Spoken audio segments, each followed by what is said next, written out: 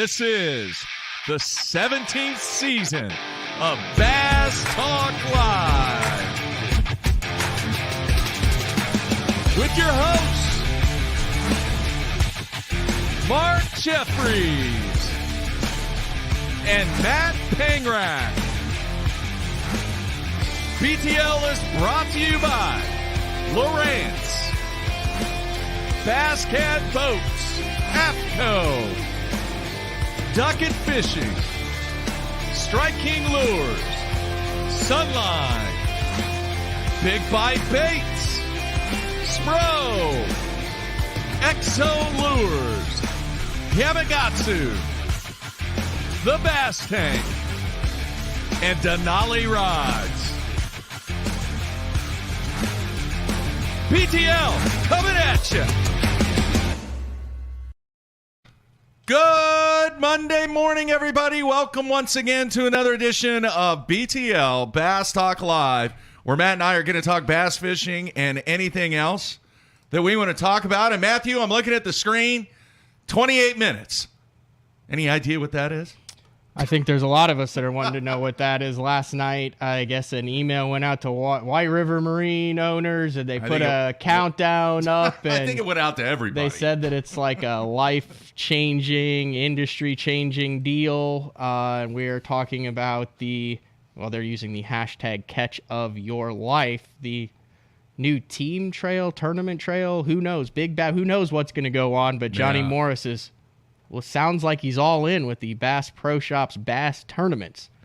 Fair assessment? Forgot to say the critical term that he is. U.S. Open? U.S. Open. Not happy about that.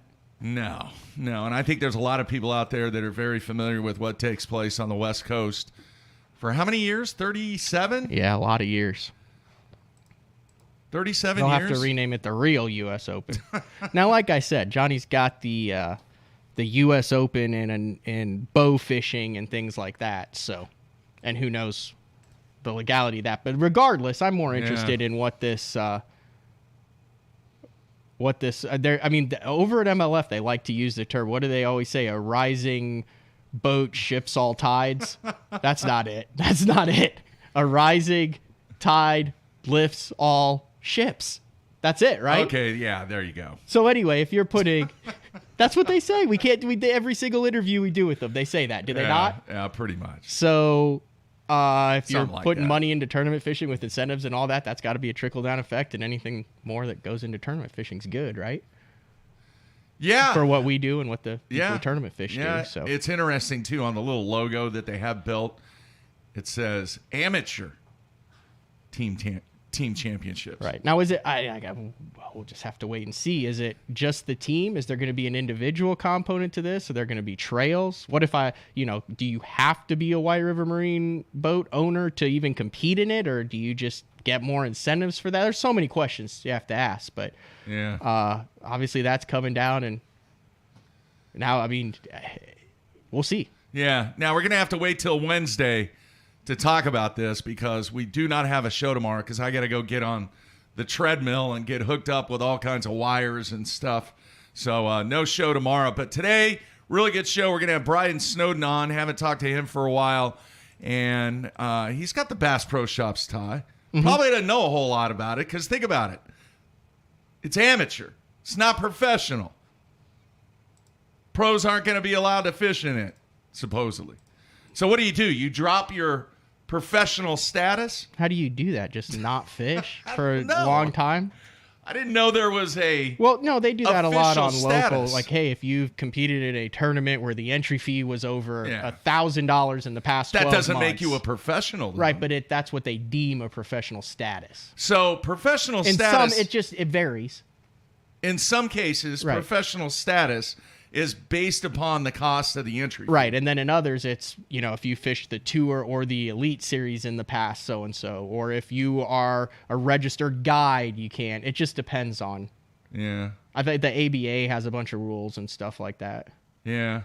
Well, I did see, I guess, Jimmy Houston's going to be on the live stream. Yeah, they mentioned a bunch of big names. Bill Dance and some other folks. So I'm sure I've got the feed pulled up, and I'm going to be watching the feed. 24 minutes right here. Yeah, now, Countdown. on the official Bass Pro Shops website, just basspro.com, it says 2 hours, 23 minutes, and 32 seconds. I think you're on a closed feed. Oh, I am? I believe so. Interesting. Maybe. Okay. All right. You know what I mean? I think they might do for the media? a media feed, and then the feed for the public. I got you. In other big tournament news, similar, I mean, it's kind of on the same scale to this. I fished a 14-boat jackpot on 10 Killer this past weekend. I believe Jason Christie was in the field, too. It was the most Jason Christie thing ever. Why do you say that? So my buddy TJ fishes it and stuff, and then we talked to Jason, and I hadn't fished in 2021 yet, and I was like, yeah, let's just go. So I ended up going and took the girlfriend too, and she was a trooper. It was raining, blowing, and then we passed it. She's like, you really want to fish? And then we passed the gas station. Christy's getting gas, and she's like, oh, we're fishing. So I'm like, okay. So we go out, and I'm like, listen, I got 3 rods in a boat. They all got an Alabama rig on them. But first, the takeoff was at 9:45. This is 13, 14 boat tournament. So Christy pulls up, never gets out of his truck, doesn't unstrap his boat, nothing. He just stays in the running truck, has his partner go up and pay, come back. We're all launched, we're getting ready, and he's like, hey, I'll just holler at 9:45. So he hollers, whistle, go. Everyone goes. At that point, Christy then drives around and begins to get ready to back his boat in the water. So literally everyone's gone, so no one knows where he went. Like the most Christy thing ever. Then we end up catching, I catch like a decent fish on the rig, and then we run up north, the water's dirty, it's like blowing 25. And I'm like, man, we got 2 options here. We either get our butts kicked in the wind, or we just put it on the trailer and go get lunch. And she's like, I'm cool with that. So we left like 2 hours early. With one fish. Threw our one fish back. Yeah. Christy comes in, 21 pounds of smallmouth. And then my buddy TJ got second, and then third was only 10 pounds. Just lapped the field for the second week of the row. Then gets on Instagram, doesn't even say he wins, just holds up 2 big ones and uses hashtag BrownWX2. Just letting everyone know that he's kicked everyone's ass the last 2 weeks in a row on smallmouth in the jackpot. Well, there you have it. You know why that happened, don't you? Because he's the best that's ever fished on 10 Killer? No. Why? No, because he's paid more than $2,500 to enter a tournament. He's a professional. He is a professional. He 100% is a professional. That was not as impressive to me as what happened at, well, yeah, that is pretty impressive. Equally impressive is what happened at Rayburn in the first Toyota series of the MLF season, which unfortunately I deleted that screen. So do you have those standings pulled up? Because there are some big numbers. I believe there was only 1 over 10 weighed in, or maybe 2 over 10, but there was a 13. Was there? Yeah. I know. Was 39 pounds the heaviest limit? Yeah, it was 39.07. Ridiculous. The guy that ended up winning. Derek Mundy went 12-13, 39.7, and 18.07 to win by roughly 14 pounds over Jason Bonds, who's in Unreal out there, who had 5.14 on day 2 and then backed it up with just a stellar 34.01 bag. Did you not think the weights were down, though? I kind of did, but there are almost 200 boats in that tournament, right? Mm-hmm. And there were over 20 guys who had over 15 pounds a day, and it wasn't ideal. I mean, January, it wasn't like there was some weather and stuff that was through there, so I thought that was fairly on par. And you look at Jeff Reynolds up there, and Jeff Sprague, Dickie Newberry, my boy Rick Harris had a 13, Todd Faircloth, LeBrun, Castledine, Skeeter. I mean, it's kind of a who's who of guys who were up at the top. Keith Combs cashed a check there. So I thought it was okay. Yeah, it was good. It was a good tournament. It was tough, dude. It was tough. A good. Listen, I don't care how tough it is. You had a 13.10 weighed in. And then you also had bags of 39.07 and 34.01. Yeah, but you had a zillion guys fishing. And a lot of guys with just an unreal amount of knowledge on that lake. Yeah. That's what I'm saying. 100%. It was tough. 100%. It was tough. But it kind of showcased what Rayburn's all about, but at the same time, it was far from it. Yep. A lot of 15, a lot of 12s, 10s, 11s. Yeah. And having fished that a couple times, there's just so many of those 1.5 to 2 pounders in the lake. And then also there's some sort of MLF Summit Cup going on. I don't think they can tell where or the results of it, but there's guys fishing in the MLF Summit Cup this week. All right, man. As we speak. You are getting absolutely hammered because you haven't set up the BTL Fantasy. Oh, that's on my list group. right here. That'll be set up today in the same group that it always is every year. Okay. So if you're new and you have not been around and participated in the fantasy fishing group that we've had for how many years now? 8 or 9 years now. Yeah. Jump in there as soon as Matt gets it set up, and you can play along and see if you can dominate over Matt. Last year was a little rough for you, wasn't it?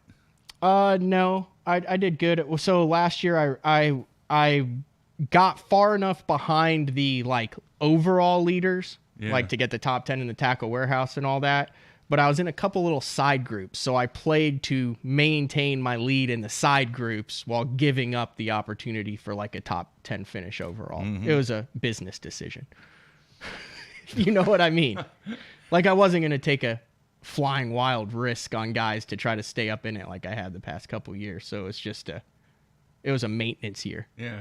All right. But I'm coming in strong this year. People want to know any update on the merch. 100%. So we should have the designs in the next the people I'm dealing with are professionals, so 2 to 3 business days. So if I did that on Friday, so I assume that would be today. So sometime by the middle of this week, we will have the merch. Listen, I'm going super simple, guys. This is what it is going to include: long sleeve, short sleeve, some sort of hoodie, and then a Richardson 112 hat, super crisp, super clean with just the BTL logo. I'm throwing around the idea, and let me know if you guys would be interested in purchasing this, because this is new charted territory. A shirt, and all it says is bowling, basketball, and weather, and then underneath it the BTL logo.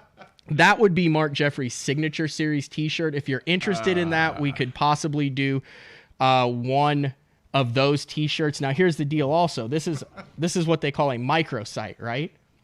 Okay. So I've always wanted to say this. We are going to do a merch drop. Ooh. Which means you'll have a week to 2 weeks to buy it on the site. That's it. The site will go live. We'll have the link on it on all my social media, on bassown.com, on the BTL site, and then you have to order it within that 2 weeks, and then it closes. I'm going to do this. If it goes decent, if I'm not living under a bridge after the opens are over and we can't do it again because of how it goes, if we maintain it, then we'll do another merch drop in the fall for another 2 weeks. So that's the way it's going to be. So spring and fall. No summer? No, twice a year. Okay. Well, there'll be stuff in here for the spring and the fall. There'll be short sleeve, long sleeve, hoodie, and a hat. What else do you need, really? And if it goes well, and that specialty shirt. I kind of like that specialty shirt, don't you? Yeah, it's kind of cool. Basketball, all bowling, two people out and there. basketball, bowling, and weather, and then just the BTL logo underneath it. And that would be your signature shirt. You got to have bass fishing on there too, though. Bass fishing, basketball, bowling, and weather. The bass fishing has to be last if it's your signature shirt, though.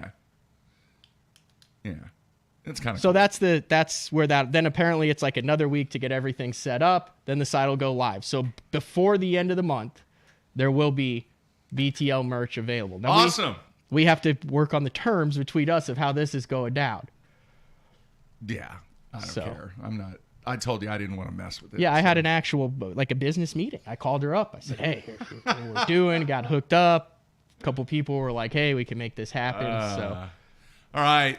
More housekeeping items. I am still working on trying to get somebody on from the White River Marine Group, and spoke once again to the PR group of record for that company, and we are getting nowhere. So what's interesting is there is a PR person that is associated with the announcement and the launch of this new Johnny Morris team trail, and she is actually going to help me try and get an interview with the White River Marine Group. That's hard to say.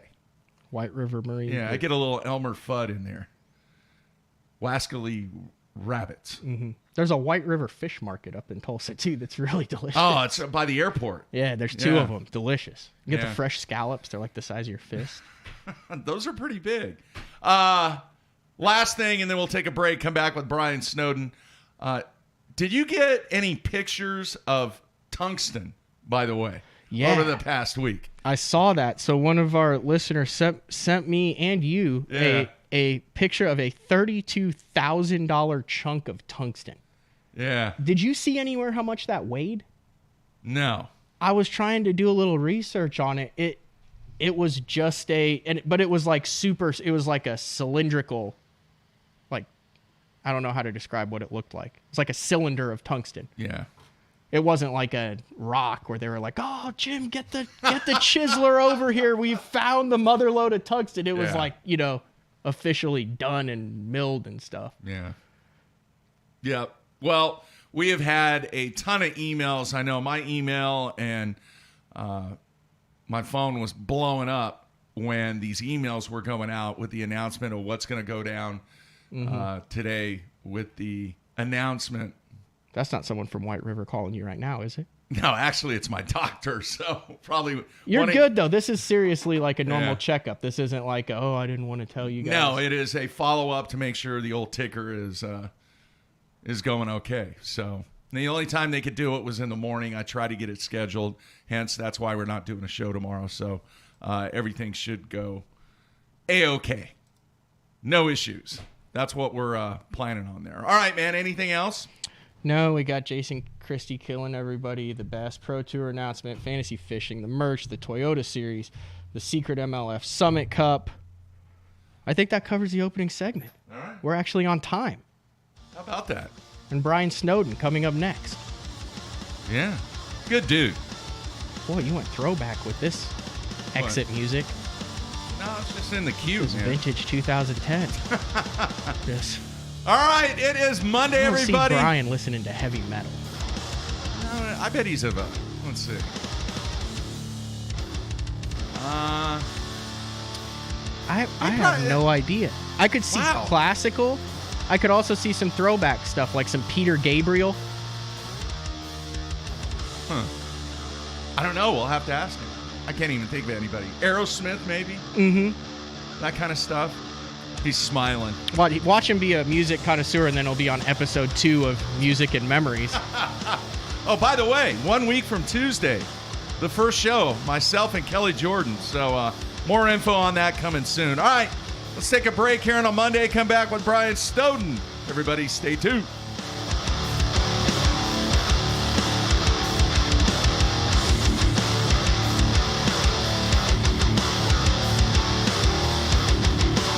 New Active Target by Lowrance. It exceeded any and all expectations I had. It really opened up my eyes to things that I never knew happened.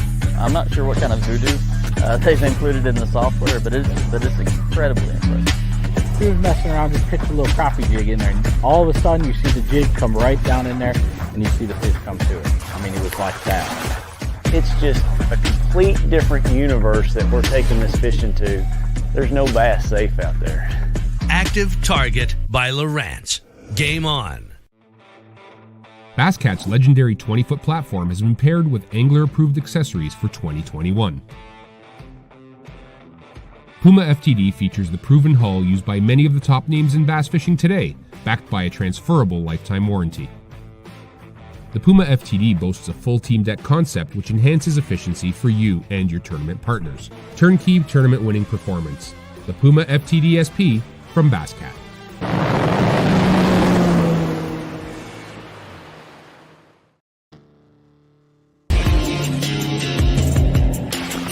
While I travel the country on the Bassmaster Elite Series, I simply can't let the weather be the reason I don't win $100,000. That's why I use AFCO clothing to keep me warm, dry, and protected from whatever Mother Nature wants to throw at me. My season depends on it. My career depends on it. AFCO. Any fish, any water. Everyone, Brandon Polnick here. People always be asking me what I got tied on. I'm like, X-Zone Lures. And they're like, Brandon, why you got X-Zone Lures tied on? And I'm like, let me show you why. The bite. Get out of there. Get out of there. Oh, yeah. Oh, it's pretty thinking. Get in here. Oh, God. Giant. Oh, my God. Oh, my God. I think you get the point.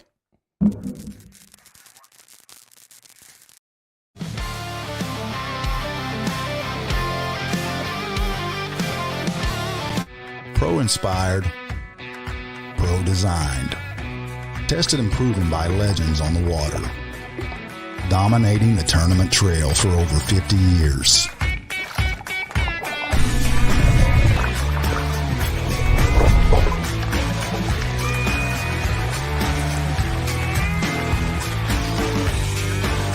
Everything you need, one legendary brand.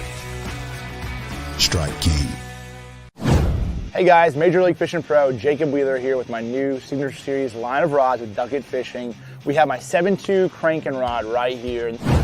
Crankbaits can be very fickle, and having the right, having a lot of tip can be too much, and having not enough tip can, lose a lot of fish. So you really got to be careful. If there's one or two techniques that I'm really adamant about having the perfect action as a crankbait, especially like a square bill, a DT6, those medium running crankbaits in the springtime when those fish's mouth are pretty tough. That's when I'm really on top of having my actions just perfect.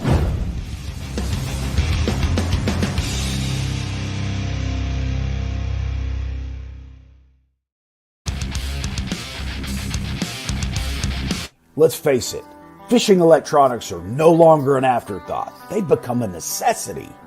And at the Bass Tank, our experts match you with the right electronics, provide professional installation, and educate you to help maximize your catching results while providing support along the way. Because let's be honest, it's about catching, not just fishing. And when you're ready for better results, join the Bass Tank team.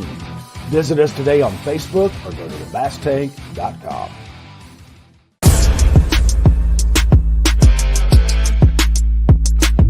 You've been waiting all week for this, and Sunline wants to make sure you're ready for it with bulk spools of all your favorite fishing lines. That's so fun.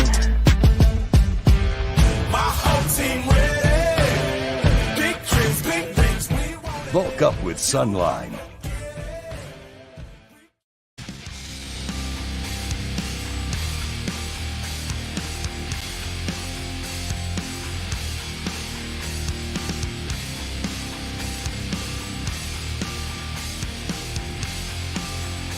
All right, we are back on a Monday. Mark and Matt in studio. And we got into a little discussion during the break. I wanted to say this in the open. Was Bass Pro Shops not during the 37 years or 38 years, whatever the number is, that the U.S. Open has been around? Have they not been a sponsor of the U.S. Open? I don't know. The answer is yes. I went back and I looked at some of the commercials that we did for the live stream over the years. So I just don't get it. I don't know why they called it that.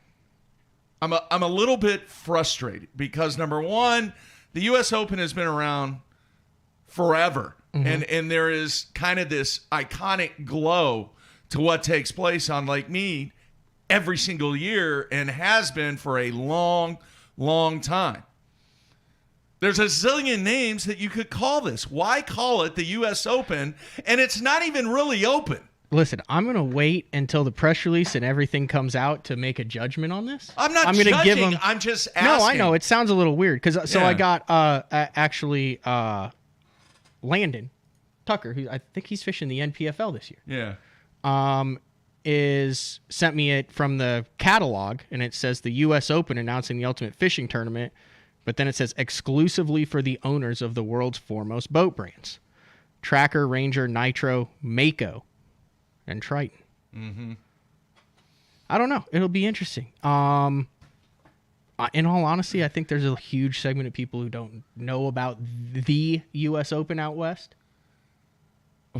You really think? The average guy who goes into Bass Pro Shops who might fish a team tournament or something and doesn't follow fishing hardcore the U.S. Open has not been magnified as much as it should have until 5 or 6 years ago. Okay, I get that. But what I'm saying is Bass Pro Shops has been around. They have been a sponsor. Who knows? Maybe they have a deal with them. We don't know. We don't know what's going to be said in this thing. You're right. But we can't rush to judgment. Dude, there's a zillion names they could have had out there. What would you have rather it called? I don't know. I have no idea. The fishing festival of the world. I don't know. I haven't really thought about it, but I really would not have called it the U.S. Open. The Derby of all derbies. The pinnacle of bassing. No, I don't know. Let me think about that one. And then, I don't know, maybe our fans out there could come up with some names. What would you have called the U.S. Open instead of the U.S. Open? Not talking about the One Bass U.S. Open, but the Bass Pro Shops U.S. Open. Fishapalooza. Oh, they have their own website. JohnnyMorrisUSOpen.com. Yeah. Oh, I haven't been to that. Wonder what that looks like. I think it's just in the pending stage. Waiting for the big launch at 9 a.m. Central Time. JohnnyMorrisUSOpen.com. It's it goes to Bass Pro Shops website. Redirect. Ooh, that was smooth. Yeah. Redirect. All right. Speaking of Bass Pro Shops, this guy's been a part of. If this thing is as big as it is, you would have to think their championships are going to be on Table Rock, right? They got the golf course there. They've got. You would think. Yeah. What does this guy do? He guides on Table Rock. If I'm Brian Snowden, I'm doubling my rates in 2 hours, 1 minute, and 48 seconds. He might be in high demand. He may be in higher demand. Could be. All right, let's see if we can bring him in now. Brian, how you doing, man? I'm doing good, Mark. How are you at? I'm doing good. Hey, your volume's a little low, so you might have to talk a little louder and scare everybody in your neighborhood. So just kind of talk a little louder. All right. Man, it's been a while, and I was thinking about this yesterday when I was getting stuff ready for the show, and I've never heard the story about how you actually got into this game to begin with. How did you get into tournament fishing, and was it based there in Missouri? It actually wasn't, Mark. I grew up in California. A lot of people don't know that, but I actually grew up. Aaron Martins and I fished together quite a bit when we were growing up. And I used to fish the West Coast Bass Team tournaments, and then they had a West Coast Pro-Am. And I was an amateur when I was going to high school, and then, kind of fell in love with the sport, watched it on TV, and thought, man, that is one cool profession. And so at the time, there was only one Bass Pro Shops, and I was a sophomore at Fresno State, and I decided, well, if you're going to do this, you're going to have a great sponsor, and who better than Bass Pro Shops? So I transferred from Fresno State to Missouri State, started working part-time in the architecture department at Bass Pro Shops, and the rest is kind of history. I fished the Central Pro-Ams, which is a big tournament circuit, in the 4-state region around here, did exceptionally well there, and started fishing basically the Central Pro-Ams, the Opens, and qualified for what was the top 150s the second year that I participated in Bass. And that's when Bass Pro decided to sponsor. And so we've had a relationship for a long, long time since then. All right. Now, I remember, Brian, back in those Central Pro-Am days, because there were a number of the blue and white Procraft boats. I mean, there was an abundance of these boats from guys in Missouri. Do you remember that, Brian? Oh, yeah. I have a picture of the garage with me in the boat. That was kind of my start. It was not quite, kind of the stepchild position of Bass Pro Shops and Nitro boats, but a great boat, and it was a great team concept where we all had kind of identical rigs, and it worked out very well for the first, initial start of my career. Yeah. Matt and I were looking at stats, and Matt's a big stat guy, and so am I. And we found it remarkable that you do not have a victory except the TTBC. At a tour level. At a tour level. Yeah. I mean, you had Central Pro-Am wins and stuff like that. But does that grind away at you, Brian? Or is it one of those things that you are a survivor? You've been one of the guys that have been out on tour for so many years. You've been successful, but victory has just kind of eluded you from a tour perspective. What are your thoughts? Yeah, I really want a blue trophy. You know, it would kind of, you know, with my age and the career, you know, I've got 10 years left at the best, you know, and I feel that the blue trophy would really be something personally that I want to gain for myself and for, you know, the sacrifices of my family and things that we've done over the years to allow me to fish full time for 23, 24 years as of now. I've had the opportunities, you know, I've had a classic slip away with a lower unit. I've had some big leads where we've actually moved the event to, say, a different location where we started back to zero.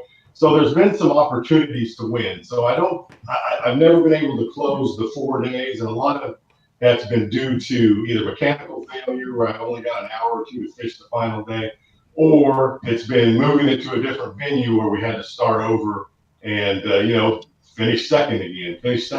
So I've knocked on the door 4 times, and sometimes I think there's a little black cloud that just follows me around on that 4th day. You know, it's just, and it goes to show you how impressive it is, you know, the people that come in and win multiple events, either in 1 year or during their career, how perfect those 4 days have to go for that individual to actually win.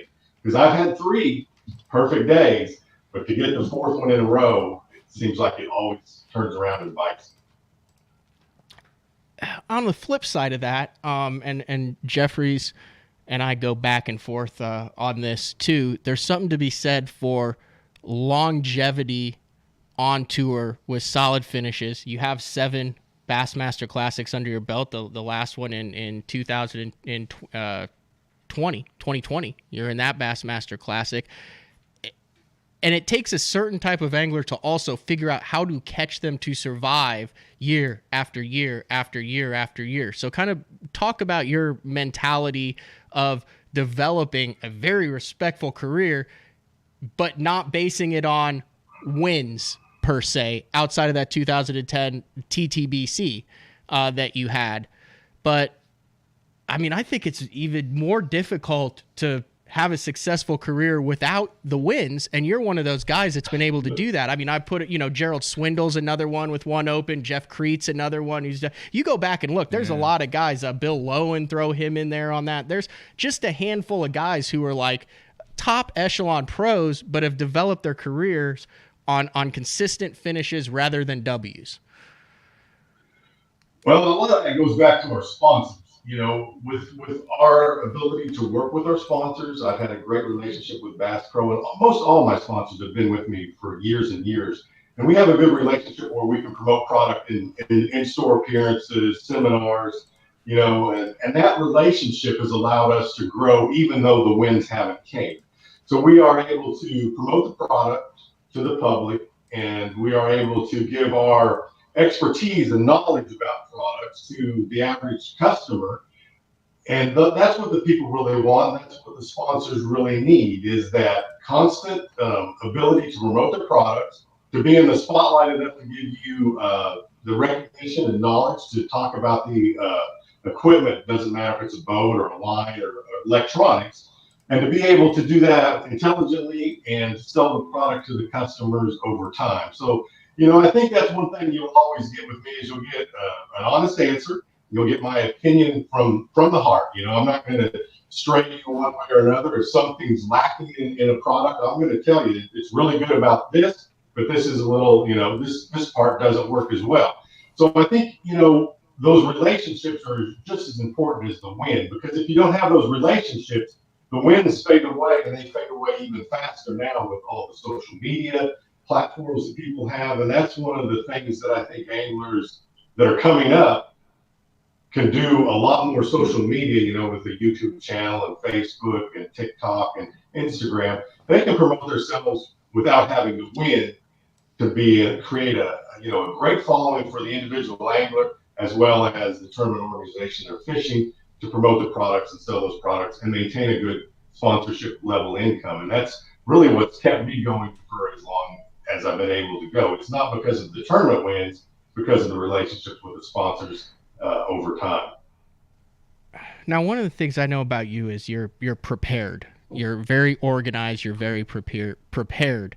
Do you have stressful moments getting ready for each season? I see a lot. You mentioned the social media a lot on. So, hey, I'm getting ready, or I just got my boat in. I'm hoping to get it done on time. But I see you as a guy who, you're ready to go for the first tour event and have been for a couple weeks.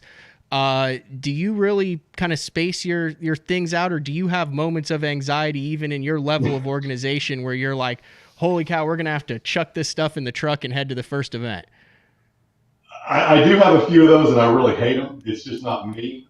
If it's not, A, B, C, and that's the way I do everything. Unfortunately, when things go wrong, say I have a flat tire, or the boat's going to be, the wrap's laid, or some rods are back ordered, or something like that.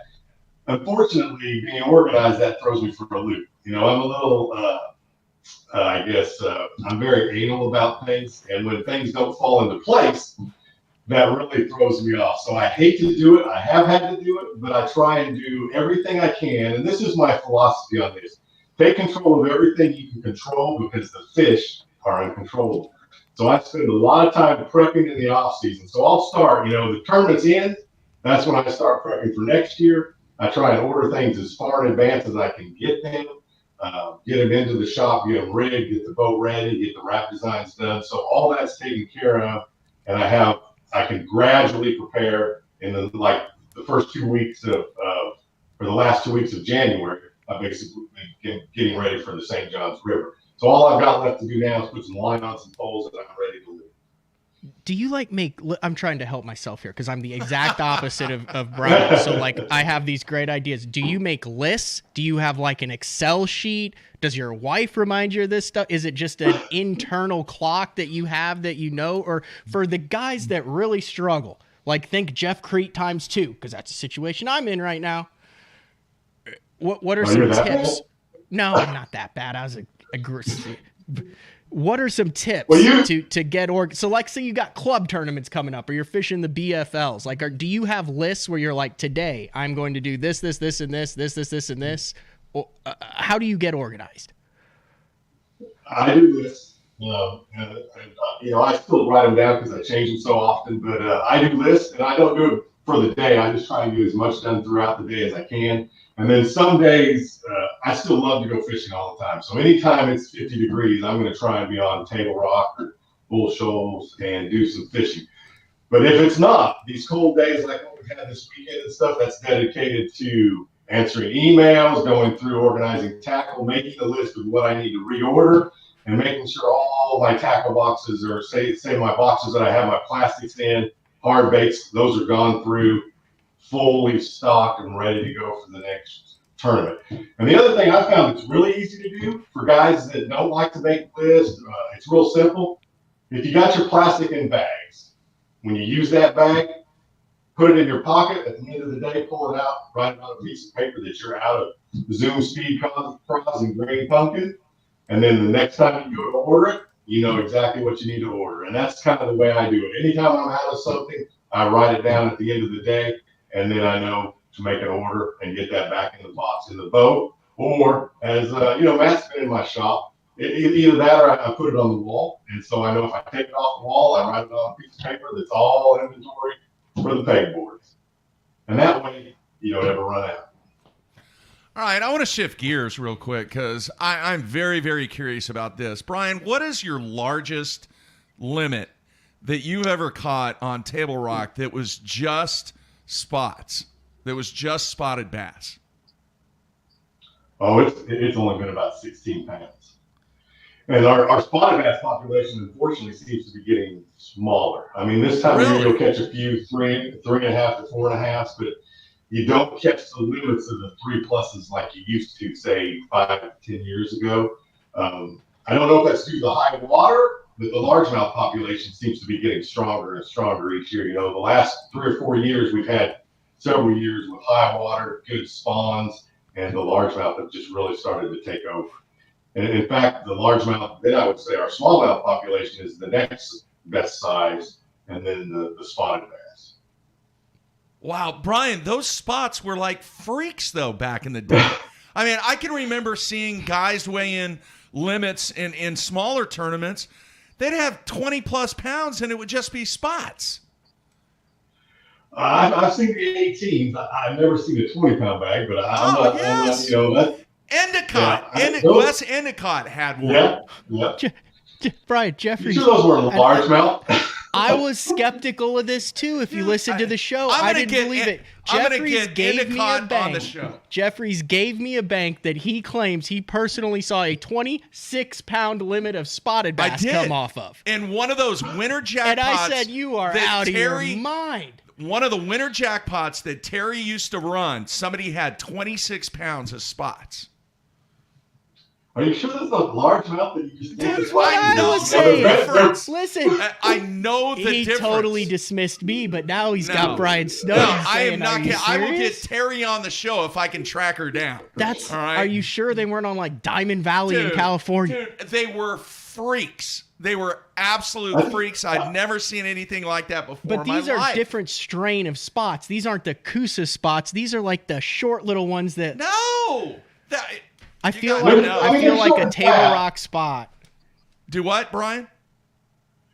I mean, I think it's just you're so used to like Grand Lake where your largemouth are dull, and ours look like your spotted bass probably. They have little bitty mouths. I feel like a Table Rock spot would pop, would physically burst underwater before it reached the 6-pound mark. Oh, jeez, you guys are killing me.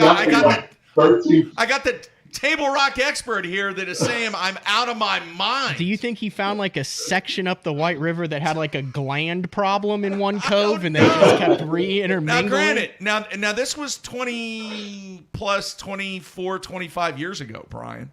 It's a long time ago. Well, no, I don't remember that. I remember maybe 20 pounds. I'll give you that, but I've never seen much over 18. Oh yeah, it was It was in the category of the dude at Uchi. His name was Brian Shambo, that had like 38 pounds. Of spots? No. Oh. Of just largemouth during a winter jackpot. And he caught them all on a jerkbait. Brian, what do you think the biggest spotted bass swimming in Table Rock Lake right now is? Pure strain spotted bass.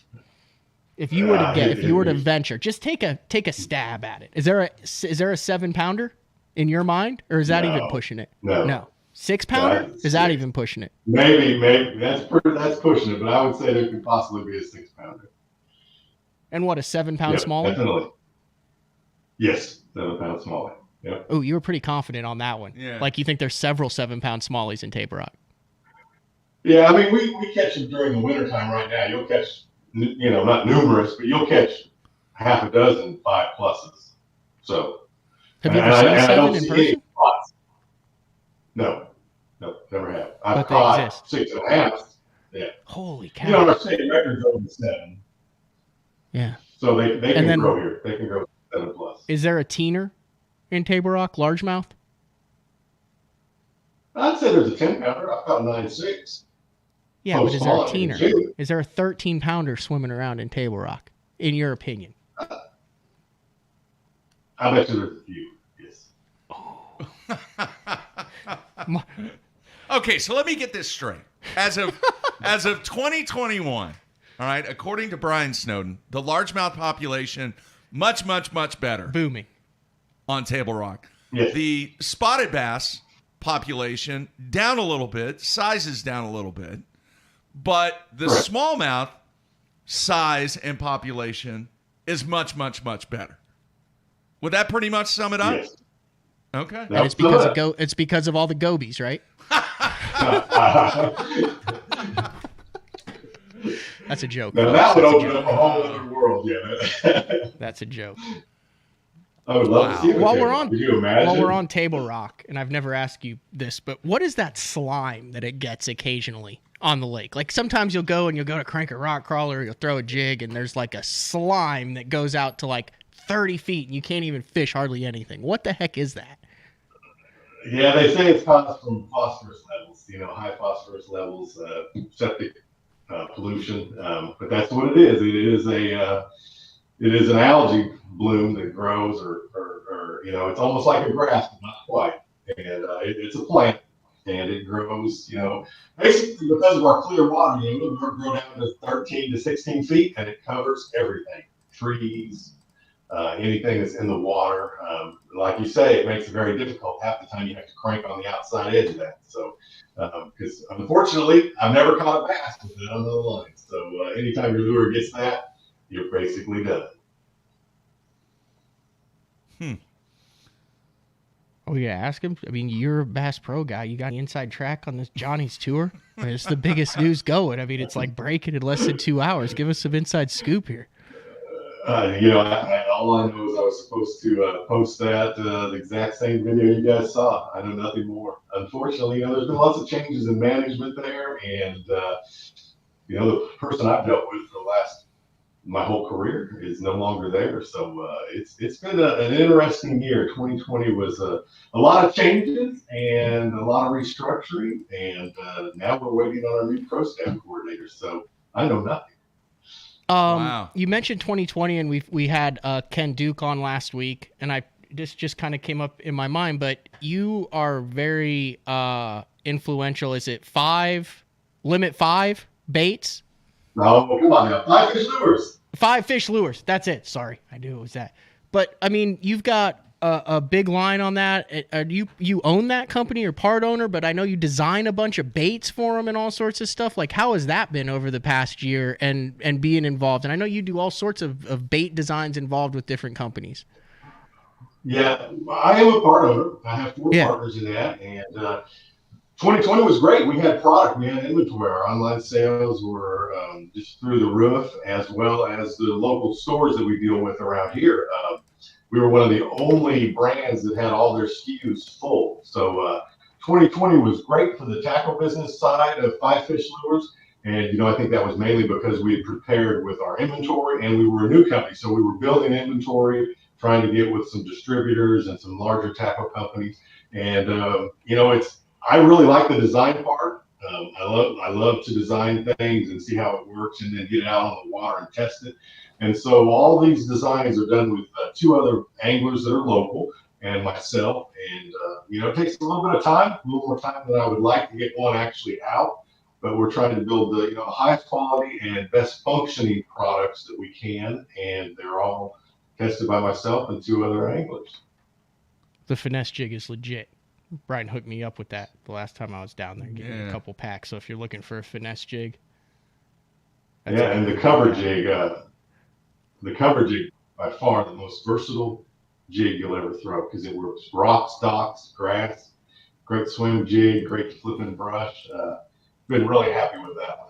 And the hookup ratio, it's got a completely custom design to it. Hookup ratio has been phenomenal, so it's been one of our top sellers as well. I identify as the Ozarks. I just learned. Yeah. The Ozarks is where the jigs. I mean, rocks, jigs. It's just all crawfish. It all works. Hey, before we get on this, it seems to me, and I've been following like Cody Huff and some of the stuff, that like Bull Shoals is absolutely blowing up. Like 5, 6, 7 pound largemouths, limits of them. It seems like Bull Shoals is absolutely on fire right now as well. I mean, is that a fair statement? Yes, it's probably the best it's been in 20 years, and it's the best on the White River chain by far. High water, great spawns, largemouth are doing fantastic, and lack of pressure. When the water's high, you got to park on a road, so difficult to get there, but the fishing has been fantastic all year. I mean, it was bush flipping all year long until it got back to normal, and then it's been crankbaits, jerk baits, jigs. I caught a 7-pounder there on one of our 5 fish cover jigs just a week ago. So that was a nice one. 20 pounds with a 7-pounder. by 9 o'clock. That'd be much better than that. Spotted bass? It was a 7-pound spot. I hear there's 26-pound limits of spots just flying out of Bull Schultz. I'm going to do whatever I can to either get a hold of somebody. Pat was with me, too. I may try to get a hold of Pat. You weren't exaggerating.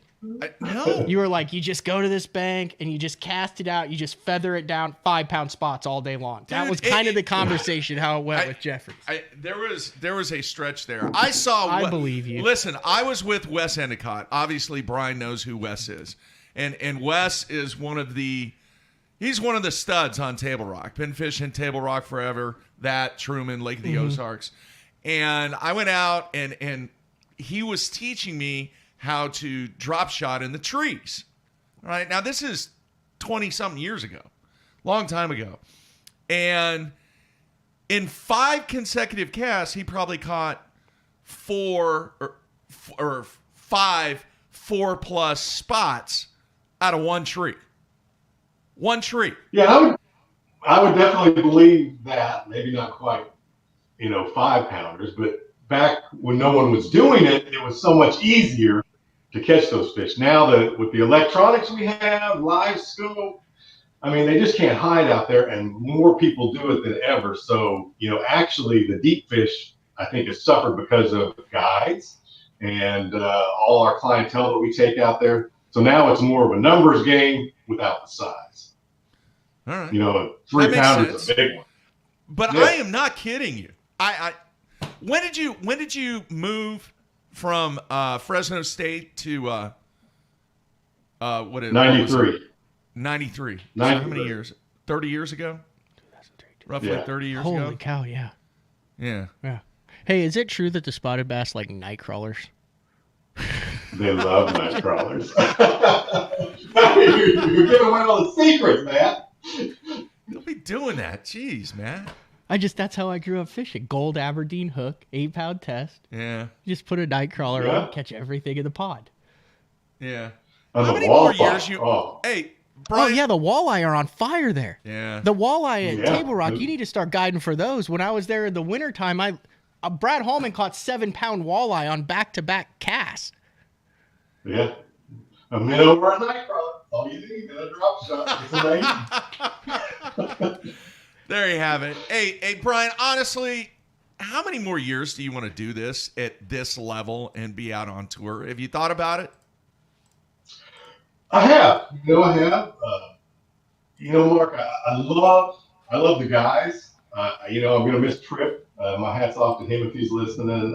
He did a great job, and we've been friends for years. And so I hope he enjoys retirement because he was one of the best and very fair to all of us anglers. But, the guys, the camaraderie out there on the road is great. I love the competition, and I love going to new places to fish.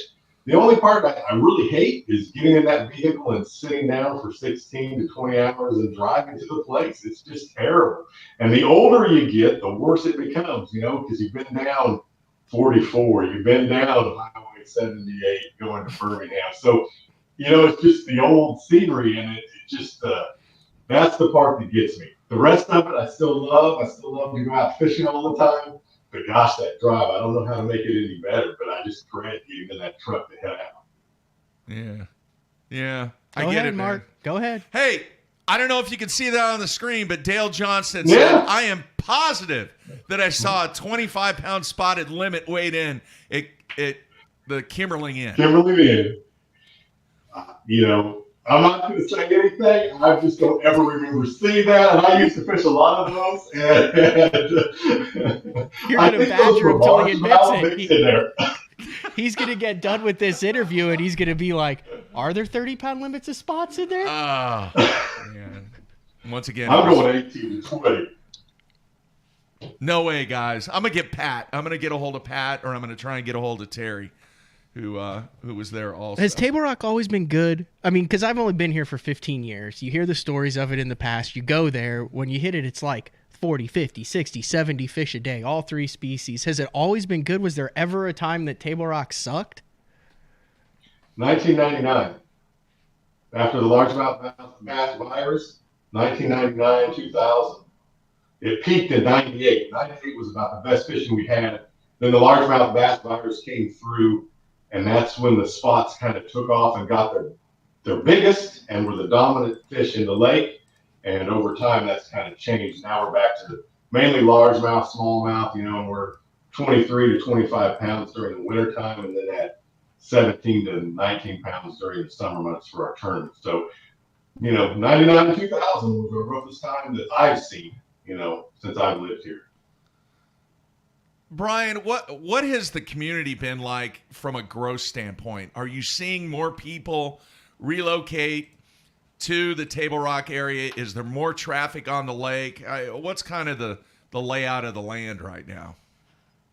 Yeah, the Army Corps of Engineers just released permits for docks. They had a moratorium on that. So with them opening that up, you've seen a lot more lake construction as well as construction just like in our neighborhood. It's gone crazy. So a lot of people moving in, they come from California, Illinois, Michigan, up there where they think it's colder. They move down here, Nebraska. So we have a lot of retirees coming into the area. With Springfield and Branson only 15 to say 35 minutes away, they both have great hospitals.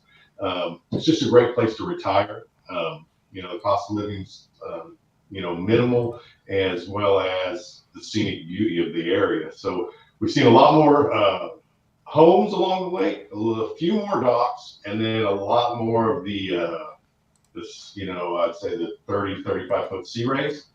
So a little bit more like Lake of the Ozarks, a little bit more like Grand, but still nowhere near Lake of the Ozarks as far as boats go. So we're safe for probably another 10 years, but it's getting more crowded every year. Wow. All right, Matt, ask him. I want to know your theory.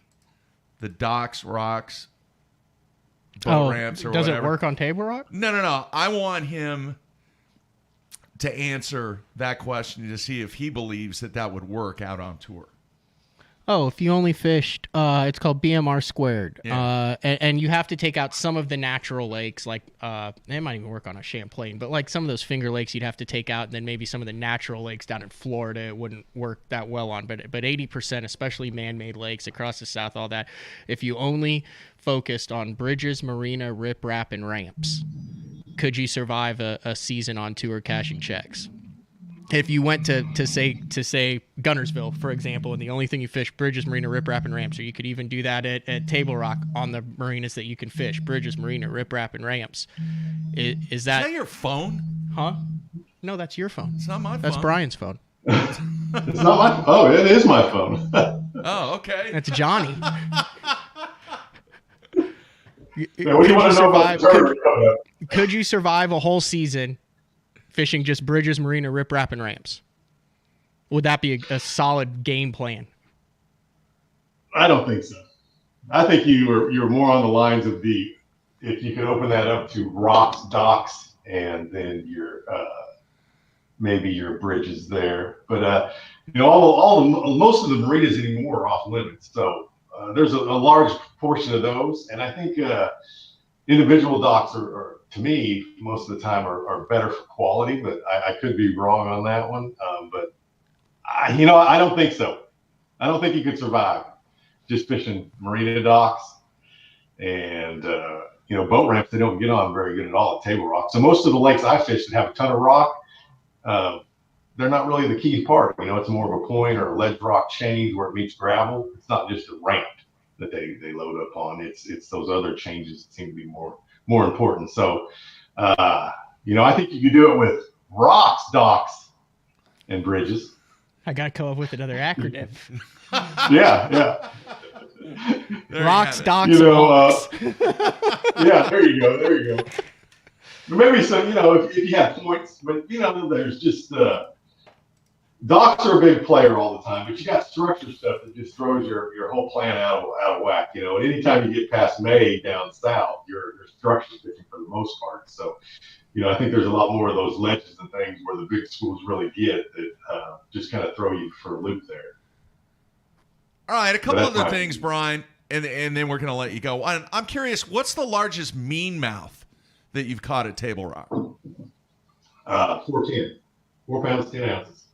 Yeah, those are cool fish, man. Yeah, they are. I mean, there's a lot more of them now than there used to be, but they're still on a small side. They're definitely not the 5.5, 6 pound spots that we've got. But Well, I wanted you to talk about the time that I heard that somebody weighed in 25 pounds of mean mouth. Come on now. I know that is not true. I actually know for a fact that is not true. But they do have some. I think the state record was broke twice on Table Rock, and it's, I think, upwards of 6 pounds. So that's a pretty big mean mouth, Wow, cool. But I haven't seen a 6 pounder in years. Yeah. The other thing is, living on Table Rock, I don't think people realize that there are areas on that lake that you can power fish, and the thought process of people that live around Table Rock or fish Table Rock all the time is that they are dialed in from a finesse standpoint, but their weakness is power fishing, and that is not the case with you. You love flipping, don't you? I do, and throw a crankbait. I really don't, unless I'm guiding. I don't fish a tournament unless I just need a fish or two. I do not fish a tournament on Table Rock with a drop shot. I'm basically a jig of some sort, depending on if I'm shallow or deep, a crankbait, a top water, and then I flip. It'll be isolated wood, boat docks, and I flip with 14 to 17 pound line. And that's just kind of the way I approach Table Rock. Yeah, throw a jerkbait some, but I really live with the jig and the crankbait a lot. And that's everything from a medium diving, deep diving, all the way up to a square bill. That's just kind of the way we do things here with a lot of movement. We got to move a lot because there's not a lot of that wood in the water. But when you find it, even in the clear water, they'll definitely relate to it. And you just can't let the clear water scare you. A lot of people freak out when they can see the bottom, but that's where the shade becomes real important. And it doesn't matter if it's the shade of an overhanging tree or the shade of a boat dock. Those fish really, key in on shady areas. And that's just kind of the way I approach Table Rock and most of our lakes. You rarely see me going out in a tournament day with a bunch of drop shots on the front deck. I'm just not going to do it. If I have to do that, I'm really fishing for just to check. I feel most of the good guys that win a lot are jig fishermen, crankbaits. That's what they do here. I remember it was a flipping derby in the Toyota series now, but it was the Costa series. The water was up in May. And so I said, you need to be flipping the bushes, blah, blah, blah. It doesn't matter that it's clear. So the last day of practice, I went up. I said, I'm going to flip these stupid bushes. And I'm looking around. And I'm like, well, there's no fish around these bushes because I could see the bottom.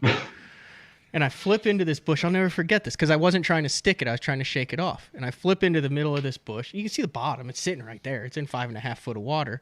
And it goes, don't. And I'm like, I'm visually looking at the bush. Like I see the bush. I see the bottom of the bush. I see everything. But my line's going, rah, rah, rah, and I'm like, what? Where the hell is this thing? And like a 3.5 or 4 pounder then swims out of the bush back underneath the boat with my stuff. And I'm like, where did that fish come from? Like it was so well camouflaged in the middle of a bush in crystal clear water. My line was stuck in the bush and the fish was under the boat then. And it just blew my mind. It completely changed everything I'd ever thought about flipping like that. It was wild how those fish camouflage and get in the little deals right around those bushes that you can see the bottom in. Yeah. I got a funny story just like that. Fishing a Central Pro-Am and flipping a brush hog into those same bushes, just like they're talking about. You see all the way around it. The guy's with me. He's in the back of the boat. And this line's, this fish starts moving out of the bush. And the guy goes, hey, that one's got a brush hog in his mouth. 5.5 pounder. And it had my brush hog in his mouth. And I didn't even know it. But the co-angler, he's like, hey, he's got a brush hog in his mouth. Oh, my gosh. So that's that was my point. Don't let the clear water, scare you. All you need is the right conditions. Either the shade, fish something slow. If it's slick, if it's windy, that's when you can use your reaction style. Your crankbaits, your chatterbait, spinnerbait, that kind of thing, top of water. And just always fish the conditions. If the wind's blowing from the south, you fish the north banks. If the wind's blowing from the north, you fish the south banks. It's pretty simple with Table Rock, bull shoals, beaver. It's all condition driven. and just adjust. Because if they're on chunk rock on one secondary point and the wind switches directions, they'll be on chunk rock on the other side. So you just got to keep moving until you find something. All right, very cool. Now, are you still going to be guiding some even after the season starts, Brian? Oh, yes. I try and squeeze them in between, and then, when we're off, I definitely do a lot of guiding. Last year was a little slow. People were a little nervous with all the stuff that went on with COVID, but, we can wear masks. We're outside. I had quite a few rescheduled for the end of the year, which, with the tournaments, they also rescheduled, so that kind of put a damper on some of my guiding. But, yes, you can go to briansnow.com, book a trip. The prices are right there, and if you want to learn things on Table Rock, I get a lot of people now just calling to learn about their Garmin units. So I've been doing a lot of half-day trips either in their boat to set up their Garmins, or they want to look at live scope and see if they want to purchase one. So they'll go out with me for a day. So, all that stuff's available. We can just tailor it to whatever they want. If they just want to go out and drop shot and catch, use night crawlers, and we'll catch walleye and bass. We'll do that as well. And big bluegill. There's a bunch of big bluegill in there now. I was shocked at how many big bluegill I was catching the last time I was there. Yeah, you can't hold them in your hand. That's how big they are. It's amazing. Yeah. They'll be in 30, 40 feet. Wow. Yeah. Wow. Good stuff. All right, man. If anybody wants to get in touch with you, what's the best way? Just email. There's a submission form on my webpage, briansnow.com, or you can, my fan page on Facebook. You can just go to Brian Snowden and send me a message. Brian's one of the few touring pros who actually has an updated website. There's a lot of guys that are like, my 2015 schedule is still out on there. Yeah, good point, man. All right, Brian, man, thank you so much for taking time out, and I hope you have a great 2021 season, dude. Would love to see you with one of those blue trophies. Well, that's the goal, This year was terrible, so we're going to try and make some mistakes and simplify things and see how that works for us. All right. I'm on his website now. Yeah. You got a picture of someone holding up a trout. Is that on Tanny? Oh, yeah, we got it. Tanny, yeah. Oh, okay. I was thinking, have you ever caught one out of Table Rock, though? Guys will occasionally catch them out of Table Rock, won't you? Yeah. Catch them on rock crawlers, that kind of stuff. Yeah, occasionally. Jerk baits. Yeah. The old rainbow trout. There you go. Good stuff. The old rainbow trout. All right, man. Brian, take care, man. Best of luck to you. Thank you, Mark. You guys have a good one. All right, man. See you. All right, Brian Snowden. And apologize, a little bit of echoey audio there. Tried to get through it there, but good dude, man. One of my favorite guys out there on tour, and he is a grinder, been doing it forever, as we mentioned in the interview. Super nice guy, though. One of the nicest guys you'll ever meet.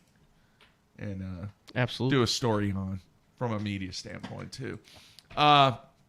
Man, I kind of look like an idiot. No, you don't look like an idiot. I mean, geez, 20. I'm telling you. But it might have been before he moved there, right? It might have been. It might have been. It's a long time ago. And that's how out of touch I am with some things. I seriously thought. Right, but listen, there's also, you could be like, oh, Jeff Reynolds caught 40-some pounds out of Oklahoma Lake, and then you could go there 100 times and never even sniff the 40-pound mark. So maybe it was it consistently that, or was it just maybe it was the perfect store. But see, here's the situation that I was unaware of, that obviously with what he stated, that the spotted bass population is starting to go down a little bit. And he made a great point about the way that you used to catch them all the time was the way that nobody else was catching them, deep in the trees. Mm-hmm. Well, now everyone's doing that. Yeah, and have been doing it for a long time over the past, 8, 9, 10 years. Well, 20, 25 years ago, nobody was doing that. The other thing about that whole area is it seems like there's been an abnormally amount of high water that stays high for the last couple years, which to me says that there's going to be a lot of fish in that lake, because doesn't high water typically, as long as they're able to spawn, equate to more cover for the fry and more year classes and better year classes? Like, you can kind of go back and see some year classes like, hey, what happened 4 years before this lake was pumping out 20-pound limits for 3/4 of the field? And typically it was a high water year where it stayed really high and they had a really good spawn. And then you're like, oh, that lake sucks, it's going down. No, it's just that year class of fish is dying. Like, remember on Grain for a couple of years, like you would rarely catch a 5. When I first moved here, you'd rarely catch one over 5. but you would catch just a ton of 3.5 to 3 3/4. Yeah. Yeah. Yeah. Do you think the whole situation that happened with Brian on the final day at the Harris Chain, what year was that? You remember what year that was? The one that McClellan won would have been I want to say 2010. I didn't want to get into it with him and talk about it and reflect and all that, but I would think that that's something that in glancing he thinks about every now and then. Because, dude, he had a massive lead going into the final day. Yeah, 2008. Yeah, and myself and Harold Allen were on the water.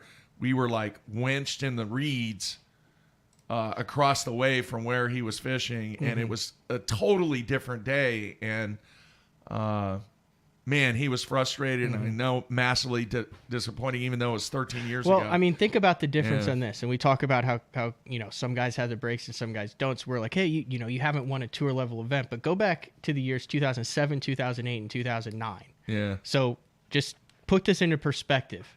So he almost wins a major on High Rock in 2007.